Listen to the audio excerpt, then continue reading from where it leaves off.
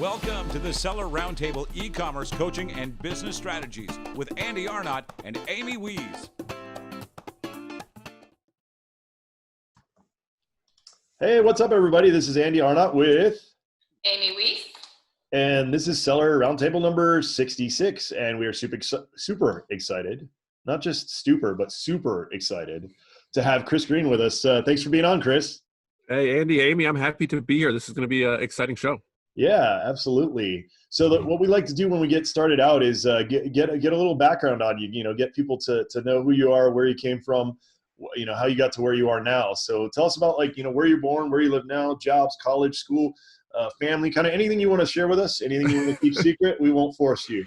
Well, how long is this show? Because, I mean, that's you just said give your complete biography, right? Where are you born, where you live. Cliff notes. Don't forget the blood sample. Oh, the blood sample. I don't even know my blood type, to be honest. I'd have to look it up. But I'll give you like the briefest version of it. I'm originally from Canada. I moved to the United States. I did the legal immigration thing, which is super hard to do. I found out. Big props to my mom for getting us through that.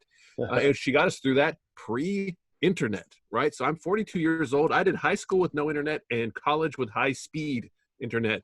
And it's kind of that weird generation, right? Where, like, you know what it's like to not have internet and cell phones and, you know, 3G, 4G, 5G. And then you know what it's like to have life with it. So she did the immigration thing without the internet. And honestly, I don't know how you could even do that level of paperwork these days and have to keep track and mail stuff. Crazy times. So immigrated to Texas back in 1991. And then for the past 10 years, we've been up in Massachusetts, where my wife's family is from. Along the way, I've done, 100 different kind of side hustles. The bigger ones that I'm known for are flipping power tools, doing the retail arbitrage thing from Home Depot to eBay, then over to Amazon. I was one of the very first FBA sellers in the tools and hardware category. Then I needed software because I was rocking it with these tools, and I got into books and media. I needed software to kind of automate that FBA process. So I co-founded a company called ScanPower.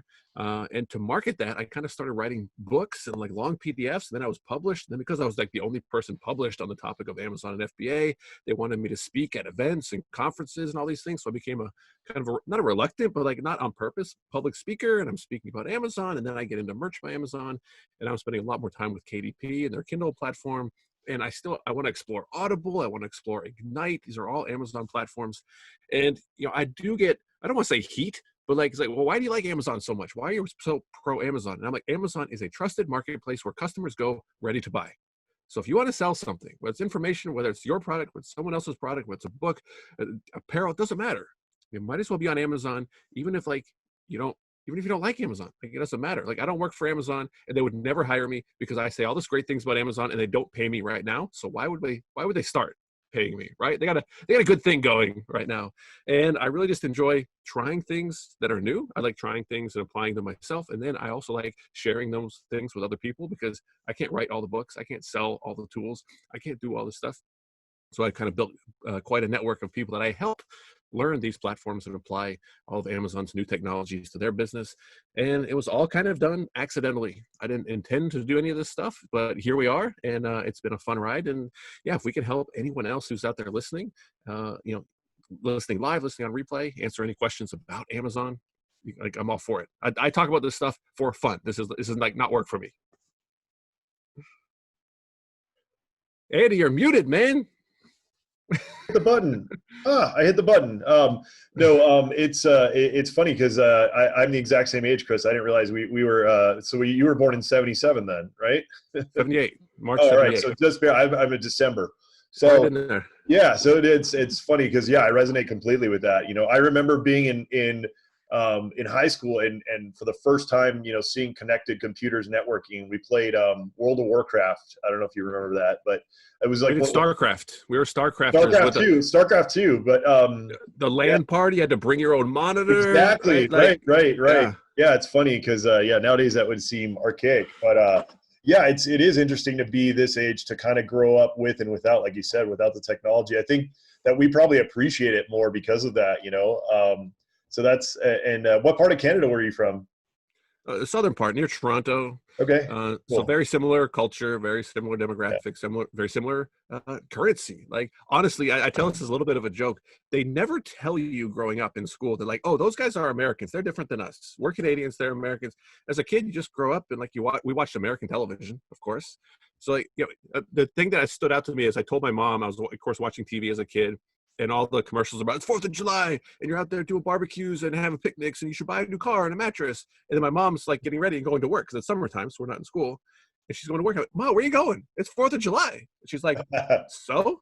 This is Canada. Like, it's 4th of July is not a thing here. And I'm like, that's when it finally started to hit, like, wait a minute. There's like Americans who do things one way and Canadians do things different. Oh, like no one ever explicitly tells you that as a child growing up. You have to kind of figure it out later. There's a lot of, those things happen like over and over again. You look back and be like, oh, that makes a lot of sense. So I think about those things for my kids, like make sure I'm not like leaving them out. Like, oh yeah, by the way, there's some really obvious information every person should know. So we have a lot of like listeners from Australia, and it's so weird to me that their kids are in school right now. And like this for our kids, it's the middle of summer, they're not in school, and in Australia, it's the middle of the school year. And it's crazy to think how we all grow up in different ways and celebrate holidays differently. And some holidays don't exist in certain areas. And it's been a learning curve for me. Yeah, just things you don't think about. Yeah. So, Chris, when did you? I know you kind of mentioned it, but like, give us a story on like how you actually got into Amazon. Like, did you take a course? Did you just kind of fall into it? No. Did you like tell us the story on that? Well, I started, when I really got big in selling, I was buying power tools at clearance at Home Depots during their big expansion. I was in Dallas, Fort Worth. There were 70 Home Depots within an hour of my house. And I was a power tool sales rep. So I was working for Bosch Power Tools. So I was in the stores every day anyway. And I did that for about 5 years, but 2.5, maybe 3 years in, you start to see the product cycles, the seasonal cycles, the clearance cycles. Like, wait a minute, this is going to happen all over again. And I'm like, dang, this is like a good deal. Like, it's a $500 combo kit for $149. I could break this thing down. Like, the more pieces, the better, and kind of start selling them. So I did that, and I was selling on eBay, and I was very much a price seller. And I think if people think like their own consumer buying behavior and be like, oh, like, what do you think about when you buy something? Like, oh, I look for the best price. I look for the best price. But here's a secret tip about Amazon, which means that, or that proves that price is not the number one qualifier or characteristic people are looking for in a product. When people search Amazon, they search for, or they sort by prime or not prime. They don't sort by show me the lowest price. They say, show me prime. And I don't care how low you are. I don't care how good your price is. I don't even want to see you if you're not prime, which is kind of a shot across the bow to someone who's not using FBA, right? There's a place for merchant fulfilled and all that stuff in Amazon. But once I got into, so I sent all my power tools to FBA, and that's when I got into, I was still undercutting. I was a price seller. Like, oh, I'm going to undercut everybody. I'm going to undercut everybody. Then I got into books and media because I outsourced all my fulfillment, so I had this extra time.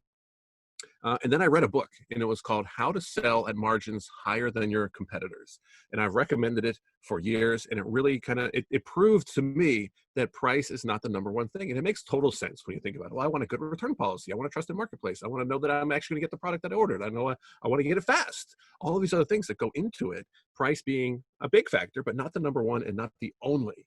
And I was like, wait a minute. And then I started cross-listing. It was awesome that listing on Amazon was free because I was so heavy on eBay. So I was like, why don't I just try? I'll try Amazon. Sure, I'll list it. Let's see what happens. It ain't going to sell. I know it ain't going to sell because it's more. Why wouldn't they just go to eBay and buy the same thing from me for less? And then they started selling on Amazon. They sold. I made more money. And typically an Amazon customer was a lot less maintenance. They weren't emailing me on Sunday night asking if I had already shipped their order they bought on Sunday morning. The post office isn't even open. Like, relax, eBay buyer. You don't get that from Amazon. And I was like, wait a minute. This makes a lot of sense. So I started pricing my stuff higher, not just because I could, because that's what the market wanted. If you're too low, you can be signaling that there's something wrong with your product. Like, is this used? Is this broken? Like, what's wrong? This is too cheap. And I had to learn that the hard way. I think about how much money I left on the table by undercutting. I would only sell something if I could undercut the already lowest price by at least $5. And then I said, no, forget this. I'm going to be the only FBA offer. I'm going to be the only seller for this product on all of Amazon, even though you can go to eBay and get it cheaper. And just that one tip alone, that one book. And I kept that book.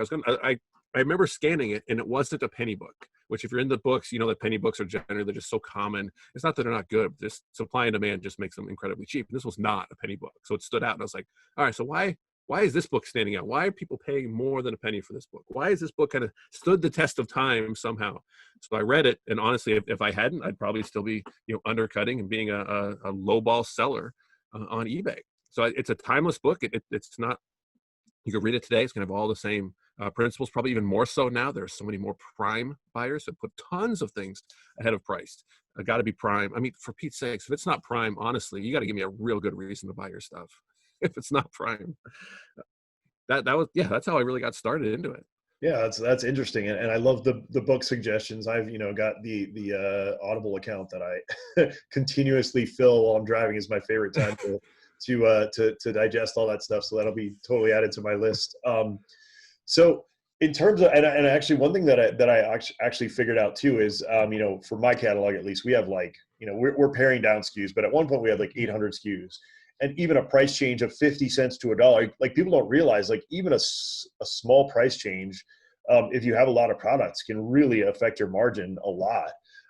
So it's super interesting to play with pricing and to really figure out, how you can, because your conversions will sometimes go down if you price higher, but that's where you play with those numbers and kind of try to find the sweet spot. So that's a really great point, and that's not talked about enough, I think. I think Amy, Chris, for the people who are listening now who don't know what print on demand is, can you kind of give them an overview of what print on demand? That's kind of, between that and KDP, that's kind of what you're into now and kind of what you're the master of. Can you give just a quick overview of what print on demand is, so people who don't know what it is can wrap their head around it? Yeah, of course. So print on demand, it's existed for a long time. I bet a lot of people are familiar with the name Cafe Press. They may have heard something about a company called Zazzle. So these are just companies that will offer things. And when an order comes in, they'll pull a blank. Used to be like a blank mouse pad. That was what Cafe Press was known for. But now it's T-shirts. It can be pop sockets. It can be cell phone cases. It can be as virtually any product. And the more products that this can be done with print on demand, the better, because it reduces price, increases selection, and you're actually going to get your products faster because they can store them closer to the customers.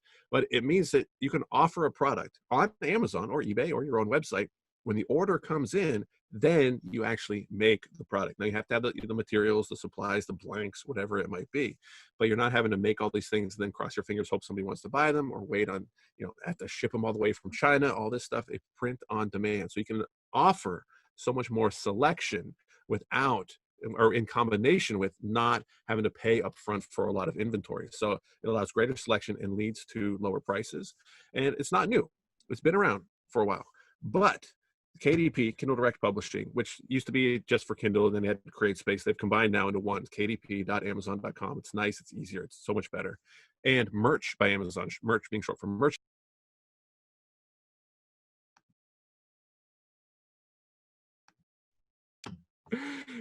Someone muted me by accident there. Am I back?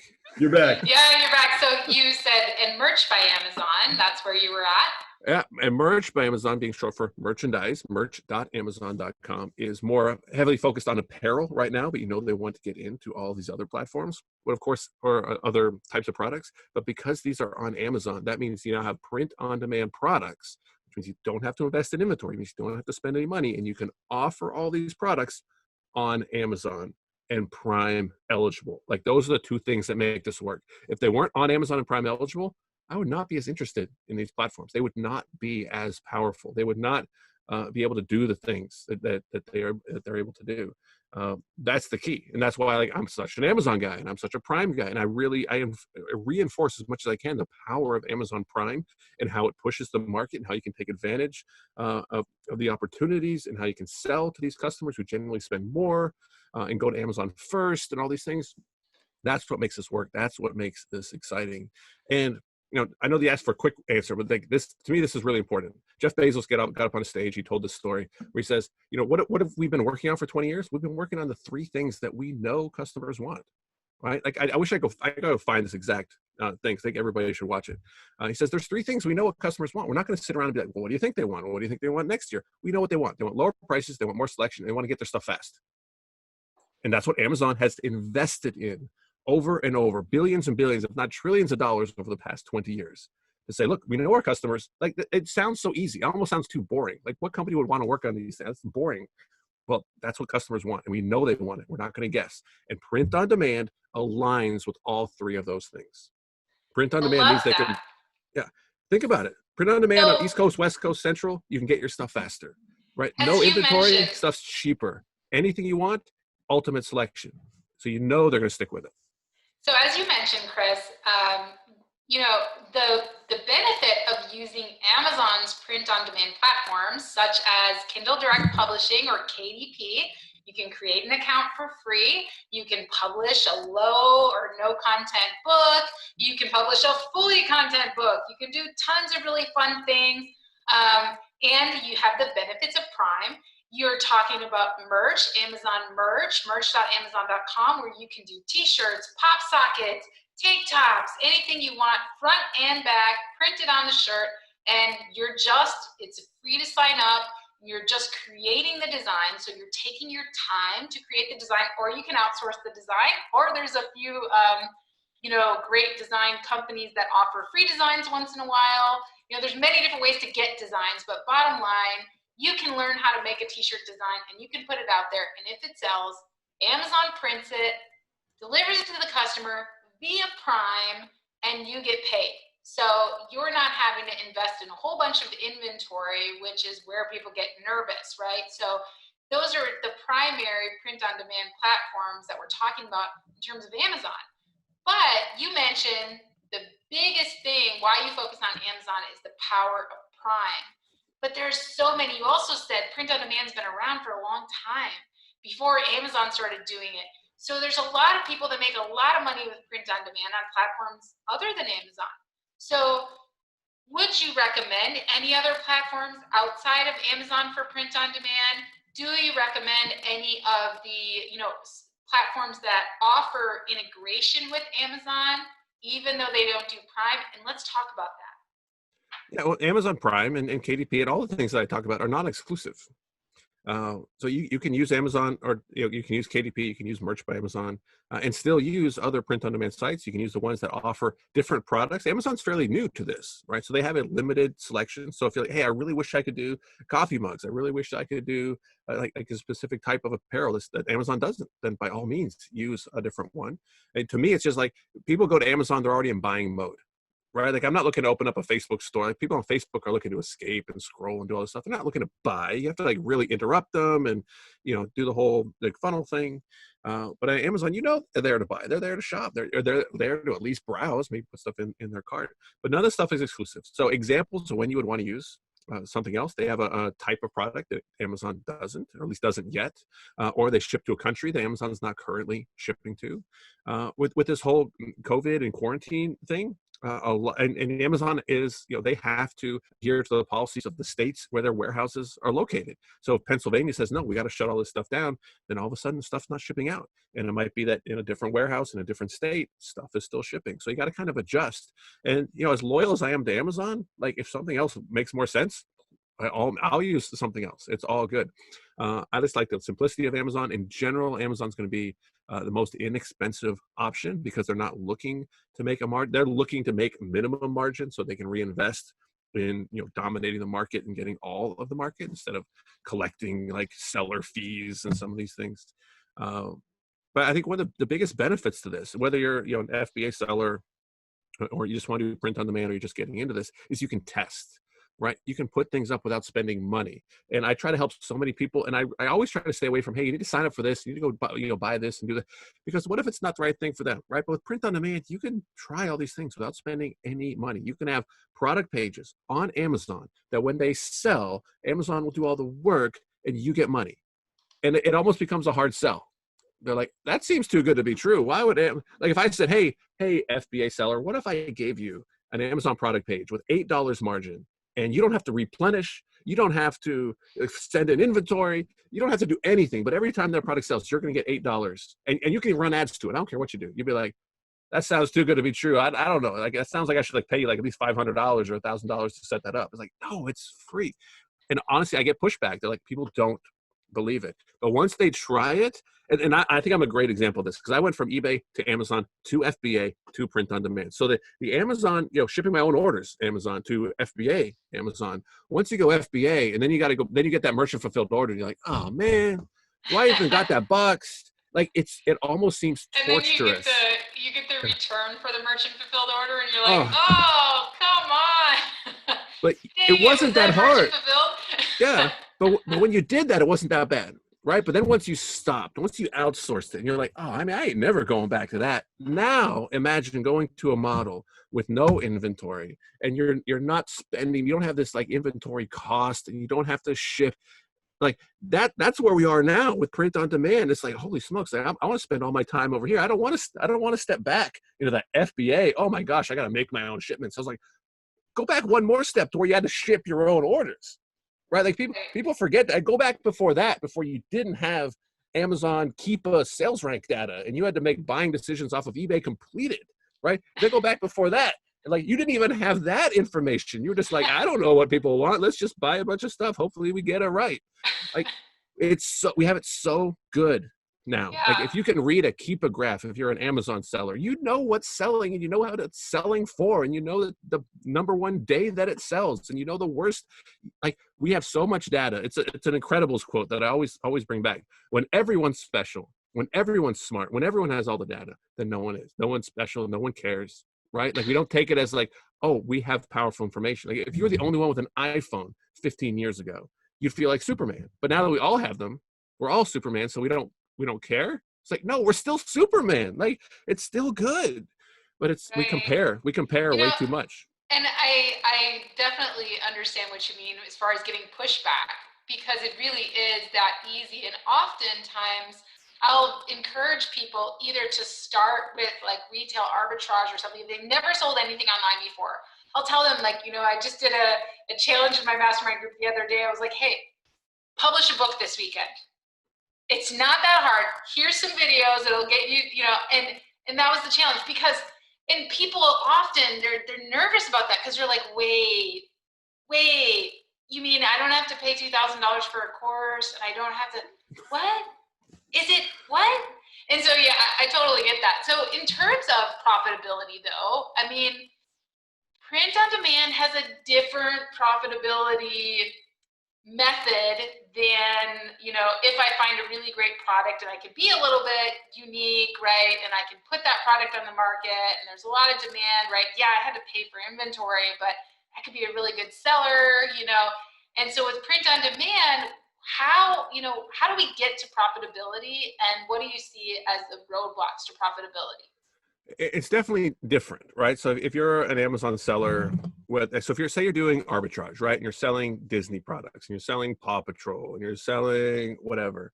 I used to think I was this awesome seller. I was like, oh man, look how many of these I'm selling. Like, I'm selling. I'm like, no, I ain't selling nothing, right? This is a trusted marketplace that Amazon has built that gets the customers to show up, and Disney runs all their TV shows, getting all the kids to want it, and they tell their parents, and the parents go to Amazon and buy it. I'm like a very small part of that entire transaction, right? So if I wanted to make my own, hey, this Paw Patrol, you know what? I'm going to make my own dog in a police car, and I'm going to sell it. You know who's going to buy it?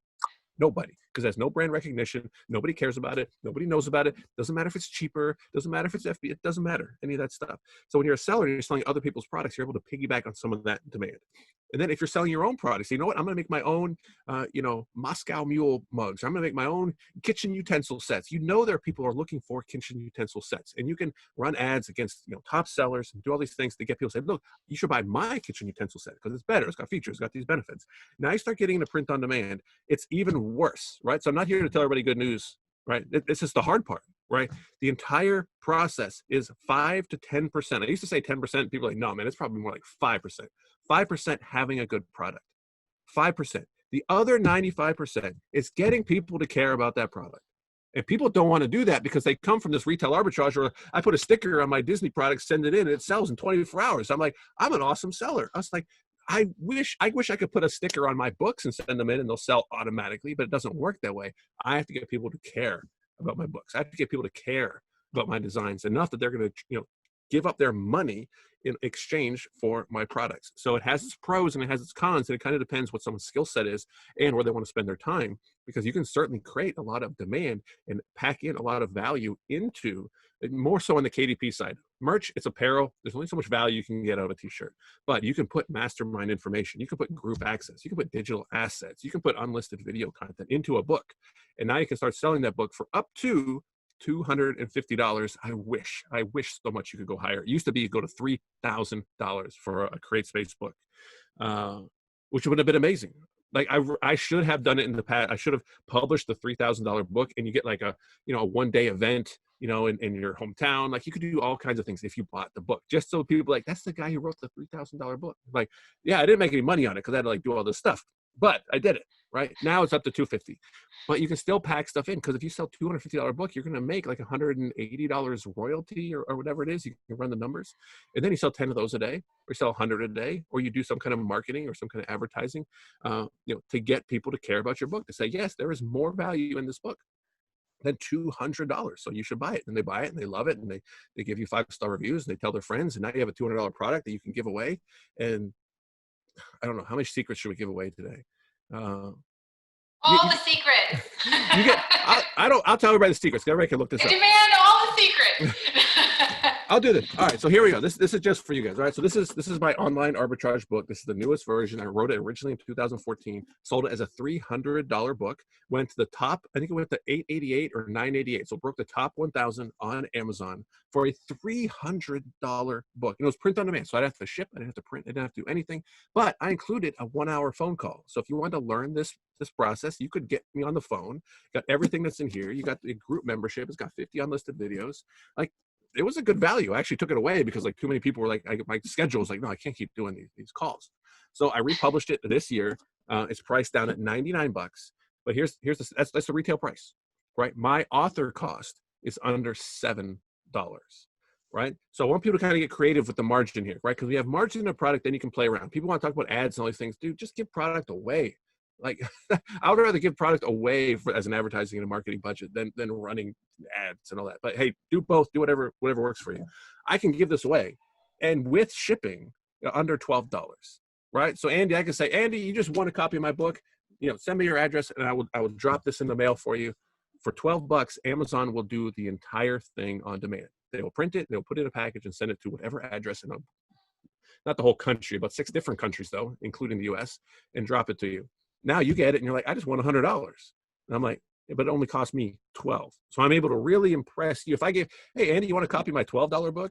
You'd be like, yeah, I guess. But like, I could just buy it. It's only $12. But if I give you a $100 book, now you're impressed. There's margin that you can play with. Or I could say, hey guys, at the end of every one of my podcast shows, like, hey, I'm giving away a copy of my book. Just sign up for my email list. I pick 3 winners every week from my email list. And now you're collecting emails by giving away 3 copies a week, $36, right? But they're not thinking as like the listener saying that's a $100 book. Because them it's $100. Especially if it's an Amazon audience, they'll get this book and sell it, right? And they'll make $70, $80 after fees, right? Like they can undercut Amazon when they get their copy. They can read it and then they can sell it and move on. They can anything that they want with it. So the margins that you can build in, to me, give so many creative marketing strategies. And that's where I think it's really fun. And here's kind of the biggest, a second big tip for everybody. You can use these platforms for yourself, or once you understand these platforms, you can say, oh my gosh, for Pete's sakes, my friend who runs this business would do so well with their own self-published books. Let me go and help them. Let me go, I'll run your account for you. Or all of the wholesale sellers out there, all the private label sellers that are listening to this. If you guys had your own recipe book that you could bundle in with the home and kitchen products that you are currently selling, and for your author cost, this book's big. That's why my author cost is like $7. My author cost on smaller books, $2.50. And I can include that. And that book doesn't have any of the limitations that Amazon's going to give you about marketing, about calls to action. It's a book. Yeah, the book has a call to action in it. The book isn't a call to action. The book is a book. So in the book it says, hey, for more recipes, come to my website and join my Facebook group. And hey, get 10% off your next Amazon order. Just sign up for my email. Now you're collecting customer information, even from people who aren't buying from any of your promoted posts or your Amazon ads, whatever it might be. And that book sells for $19.95, but it's included with your mixer for free So now they're like, hey, I'm going to buy this one. This one has a $20 book like included. It's like, well, yeah, well, it's going to cost you $2.50. You make $2.50 less margin, but now you just boosted your sales by 20%, right? Like now you have so many things you can play around with and test. You don't have to you can write the book and order 5 copies and just try it out. Like you don't have to invest in thousands of vanity copies and have a pallet of them in your garage and be like, oh, it's got a spelling mistake and now we're screwed. No, yeah, spelling mistake, upload a new file. Who cares? There's so many creative things that you can do if you have any type of audience, whether it's customers as an Amazon seller or just on social media. If you're a podcaster, if you're a YouTuber, I think everybody should have a book. I think it's just hard enough that most people won't do it. So the ones who actually do it are they're going to reap so much the benefits. My first book was published almost 9 years ago, and I remember being like, this is not good. This is too easy. I should not be a published author, right? Like I just kind of hobbled it together. But I said that because I thought everybody would do it. And then when everybody did it, then it wouldn't be cool or special anymore to be a published author. And here we are almost a decade later. And I don't think that needle's been moved. It hasn't even been budged. If you're a published author, people treat you different. Yeah, They're this not. was It's my just hard first enough. book that I did when it's called The Professional Task Tracker. And I did this and I just learned by just watching a couple YouTube videos, and I had it done in a weekend. So, I don't know why people don't give it a shot. So, speaking of which, Chris, oh, there you go. Very nice t-shirt designs. It's a 1-hour book, right? Look, all the pages are the same. This isn't even a real book, but it is a real book, right? Yeah, this isn't Harry Potter. Ideas. Right? Yeah. You don't have to write Lord of the Rings, Well, just something. So you could. Hey, if you're doing that, go for it. Go for it. Right. Thanks for tuning in to part 1 of this episode. Join us every Tuesday at 1 p.m. Pacific Standard Time for live Q&A and bonus content after the recording at sellerroundtable.com. Sponsored by the ultimate software tool for Amazon sales and growth, sellerseo.com and amazingathome.com.